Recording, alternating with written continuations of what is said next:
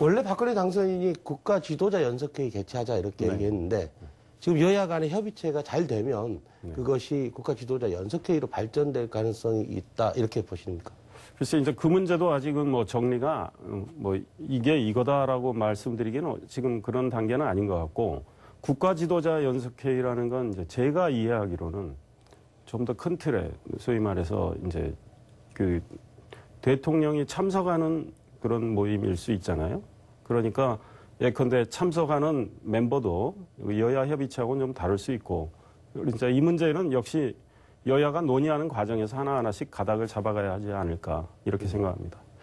오늘 민주통합당의 이제 박기춘 원내대표 네네. 교섭단체 대표 연설을 했는데 거기서 개헌 특위 만들자 얘기했습니다. 네네.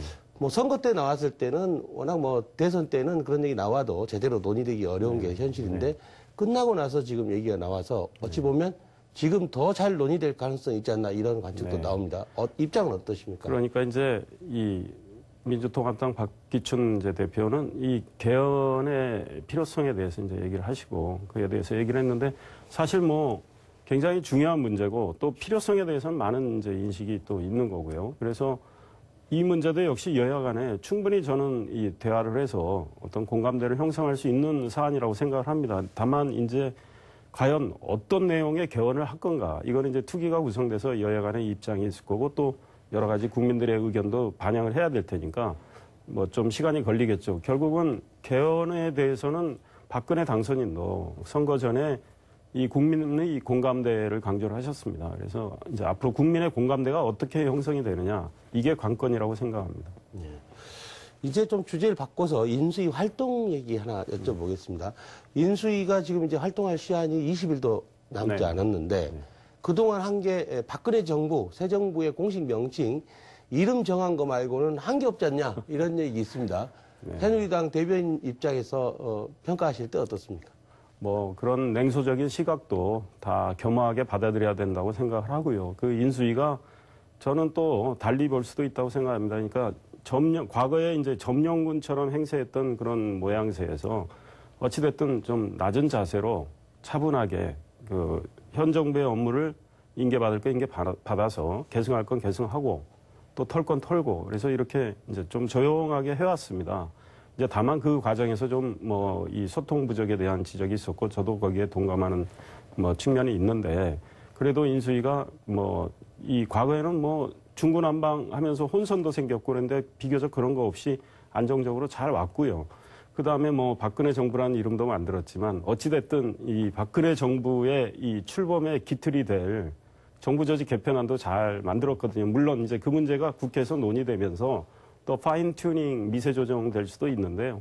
뭐 그런 일도 많이 했고 이 뭐 당선인의 뜻을 이제 받들어서 인수위 관계자들도 참석을 했지만 소위 말해서 뭐 중국의 특사도 갔고 미국에 이제 지금 우리 그 이양구 원내대표를 비롯한 대표단이 갔지 않습니까? 그래서 어찌됐든 외교 노력도 하고 있고 그러니까 그런 것 같습니다. 곰보도 좀 예쁘게 보려고 하면 보조개로 보이는데 뭐 저희야 이 많은 비판적 시각을 인수위나 여당이 잘 받아들여서 또 고칠 건 고쳐야 되겠지만 좀 또 예쁘게 봐주셨으면 어떨까 싶습니다.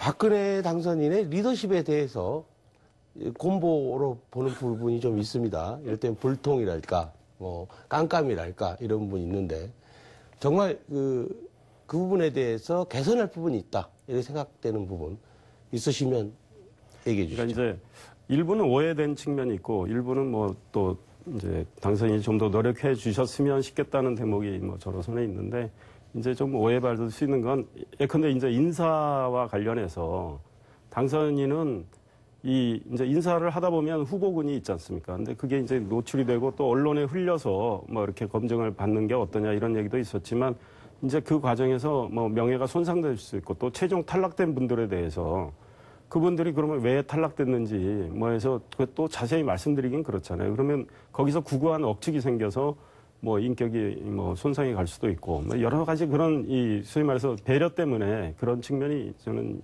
그래서 보완을 좀 한 측면이 있고 다만 그럼에도 불구하고 이제 역시 그 당선인의 이 여러 가지 일거수일투족에 대해서 국민들은 매우 궁금해하고 그 당선인을 이제 뒷받침할 그 인수위 활동도 역시 국민들이 궁금해하니까 인수위 활동이나 당선이나 어떤 의중이나 이런 것들에 대해서 좀 더 언론을 통해서 국민들 알리고 또 국민들의 뜻을 좀 여론을 잘 받아들여서 피드백도 하고 이런 보다 조금 더 활발한 소통 노력이 있었으면 좋겠다 이런 생각을 해봅니다. 질문 하나만 더 드리겠습니다. 총리 후보자 인선 아무래도 내일쯤 발표되지 않을까 이런 예상이 되는데 어떤 인물이 될 것으로 예상하십니까? 그러니까 뭐 특정인에 대한 어떻게 뭐 성함을 제가 뭐 거명할 수도 없고 알 수도 없고요. 다만 지난번 경험을 삼아서 지금 상당히 철저히 검증을 이제 했을 거라고 생각을 합니다. 그래서 뭐 도덕적인 측면에서 뭐 훌륭한 분이 저는 되실 거라고 생각을 하고요. 그 다음에 이제 국정 전반에 대해서 좀 이해력이 높아야 되겠죠. 왜냐하면 총리로서 역할을 이제 헌법에서 주어진 역할을 다 해야 되니까.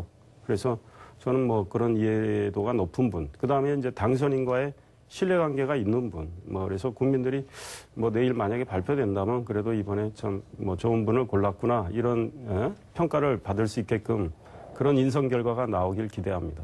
네, 국정 전반에 대한 이해력 그리고 당선인과의 원활한 서로 간의 이해 이런 부분들을 얘기했습니다. 많은 참고가 될 것 같습니다. 지금까지 새누리당의 이상일 대변인과 이야기 나눠봤습니다. 감사합니다. 감사합니다.